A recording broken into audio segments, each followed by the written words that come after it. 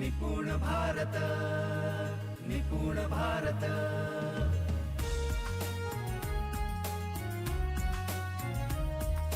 निपुण भारत, निपुण भारत। दोस्तों नमस्कार। हम जो भविष्य वेधी शिक्षण के 6 स्तर देख रहे हैं, उसमें से अभी हम दूसरे स्तर के बारे में बोलने वाले हैं। और सभी में सबसे जल्द परिणाम देने वाला कोई स्तर है तो वो है जिसको हम कहते हैं छात्रों को सीखने के लिए चुनौती देना। हमने पहले स्तर पर क्या देखा था? छात्रों को खुद से सीखने के लिए प्रेरित करना। तब लोगों के दिमाग में यही सवाल चल रहे थे कि बच्चों को सीखने के लिए प्रेरित कैसे करना है, हम क्या कर सकेंगे। छात्रों को प्रेरित करने का सबसे आसान मार्ग है वो है भविष्यवेधी शिक्षण का दूसरा स्तर। छात्रों को सीखने के लिए चुनौतियां दीजिए। चुनौतियां देने के बाद बच्चे और गति से पढ़ लेते हैं। सिर्फ छात्र नहीं, किसी भी व्यक्ति को दी हुई चुनौतियां पसंद है। हमारी खुद की जिंदगी के बारे में अगर हम सोचें, हमने कितनी चीजें सीखी है, इस पर ध्यान डालेंगे तब हम समझेंगे कि मेरी जिंदगी में वो चीज मैं बहुत जल्दी सीखा हूं जो मुझे चैलेंजिंग लगी। मैंने मेरी जिंदगी में ऐसे काम बहुत गति से किए जो मैंने खुद के लिए चुनौती के तौर पर लिए थे। जब जब लोगों को ऐसा लगता है मैं ये काम नहीं कर पाऊंगा, तब तक मैंने खुद को सिद्ध करके दिखाया है।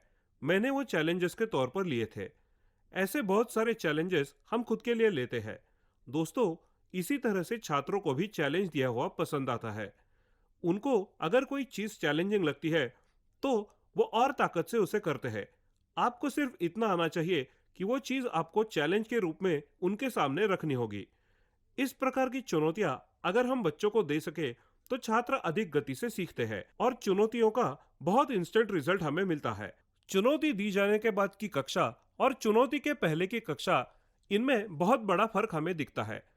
ट्रेडिशनल कक्षा और चुनौती देने वाली कक्षा, इसमें भी बहुत फर्क है। अगर वो फर्क हमें समझना है तो हमें यह समझना पड़ेगा कि चुनौती क्या होती है। हमने छात्रों को विभिन्न चुनौतियां देनी चाहिए। इनका मतलब क्या? ऐसी चीज जिसको पूरा करने के लिए छात्रों को उनकी पूरी ताकत का इस्तेमाल करना पड़ेगा। ऐसी चीज जो करते हुए छात्रों को पसंद आएगी और ऐसी चीज जिसमें छात्र मगन होकर रुचि के साथ काम करेंगे। तो हमें यह समझना पड़ेगा अब तक हम छात्रों को क्या दे रहे थे। होमवर्क दे रहे थे। हम अब तक उन्हें अलग अलग स्वाध्याय दे रहे थे, अलग अलग प्रकल्प दे रहे थे। सवाल यह है इन सब में छात्रों को क्या पसंद है, इसमें छात्र कितनी गति से काम करते हैं। इसमें ऐसा दिखता है कि छात्रों को वो चीजें बहुत ज्यादा पसंद नहीं है और उसे सिर्फ दोहराना है। छात्रों को वो चैलेंजिंग नहीं लगता क्योंकि छात्रों को उनमें कोई रुचि नहीं और इसलिए छात्र उस चीज से दूर हो जाते हैं। तो छात्रों को उसमें लगाव आना, उनको वो पसंदीदा लगना, छात्रों ने पूरी ताकत से उसमें भाग लेना, ऐसा अगर आपको लगता है तो आपको चुनौतियां देना ये एक ही पर्याय है। तो ये चुनौतियां क्या होती है उसे हम थोड़ा समझ लेंगे। चुनौती हम किसे कहेंगे, चुनौती के कौन से प्रकार होते हैं, चुनौतियां हम कैसे दे सकते हैं ये भी समझ लेंगे। पहले हम समझ लेंगे चुनौती क्या होती है। मैं आपके सामने उसे उदाहरण के तौर पर रखता हूँ। चुनौती या संकल्पना आगे कैसे आई, यह भाग पहले आपसे शेयर करता हूँ और फिर चुनौती के बारे में बोलता हूँ। हम जब वाबलेवाड़ी के स्कूल को देखने गए, वहां हमने देखा कि स्कूल में अलग अलग तरह की चुनौतियां दी जा रही है और वो चुनौतियां इतने उच्च स्तर की है कि बड़ी बड़ी चीजें भी छात्र तुरंत कर देते हैं। जब आप कॉग्निटिव बैग देखोगे तब आपको समझेगा वाबलेवाड़ी स्कूल में किस तरह की चुनौतियां दी जाती है। चुनौतियां देते वक्त आपको यह समझेगा क्यों आप वाबलेवाड़ी के स्कूल में छात्रों को ऐसे चुनौती दी जाती है। चलो देखते हैं। जैसे कि कौन अपनी पाठ्य पुस्तक या सिलेबस सबसे पहले खत्म कर देता है। जिसका भी सिलेबस खत्म होगा उसको कोडिंग और प्रोग्रामिंग में लिया जाएगा। जो अपना सिलेबस खत्म करेगा उसको म्यूजिक में कुछ काम करने मिलेगा। जो अपना सिलेबस खत्म करेगा उसको रोबोटिक्स सीखने का अवसर मिलेगा। वहां ऐसा तय हो चुका है कि मान लो तुम्हारा छोटा मोटा काम है सिलेबस खत्म करने का, जो हमारे सिस्टम के लिए बहुत बड़ा लग रहा है। वो उन्हें सहज रूप में बताते हैं और वहां के छात्र भी उसे सहजता से स्वीकार करते हैं। फिर छात्र क्या करते हैं कि चलिए मुझे तो प्रोग्रामिंग करनी है, कोडिंग करनी है, कुछ और करना है। ये सब करते हुए छात्र क्या करते हैं, उनका जो पाठ्य पुस्तक है, उनका जो सिलेबस है, उसे जल्दी खत्म करके नई नई चीजें सीखने लग जाते हैं। ये एक प्रकार की चुनौती है छात्रों के लिए। बच्चों से कहा गया है तुम्हें बड़ी बड़ी चीजें करनी है, इसलिए ये छोटी छोटी चीजें जल्दी निपटा दो।